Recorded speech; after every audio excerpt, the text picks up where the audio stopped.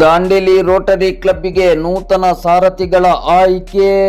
ಅಧ್ಯಕ್ಷರಾಗಿ ಮಿಥುನ್ ನಾಯಕ್, ಕಾರ್ಯದರ್ಶಿಯಾಗಿ ಡಾಕ್ಟರ್ ಜ್ಞಾನದೀಪ್ ಗಾಂವ್ಕರ್, ಖಜಾಂಚಿಯಾಗಿ ಅಭಿಷೇಕ್ ಕನ್ಯಾಡಿ.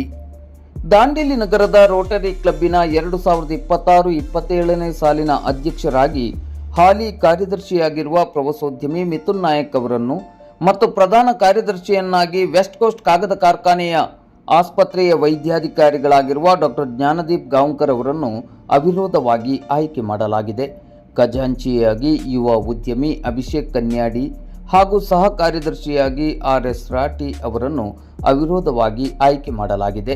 ಈ ಬಗ್ಗೆ ಇಂದು ಸೋಮವಾರ ಮಧ್ಯಾಹ್ನ 12:30 ಗಂಟೆ ಸುಮಾರಿಗೆ ಮಾಧ್ಯಮಕ್ಕೆ ಮಾಹಿತಿ ಲಭ್ಯವಾಗಿದೆ.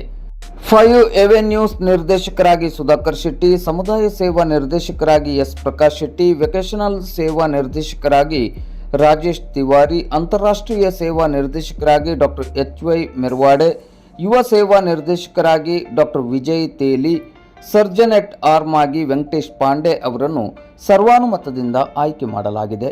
ರೋಟರಿ ಕ್ಲಬ್ಬಿನ ಹಾಲಿ ಅಧ್ಯಕ್ಷರಾದ ಅಶುತೋಷ್ ಕುಮಾರ್ ರಾಯ್ ಅವರ ಅಧ್ಯಕ್ಷತೆಯಲ್ಲಿ ನೂತನ ಪದಾಧಿಕಾರಿಗಳ ಆಯ್ಕೆ ಪ್ರಕ್ರಿಯೆ ನಡೆಯಿತು.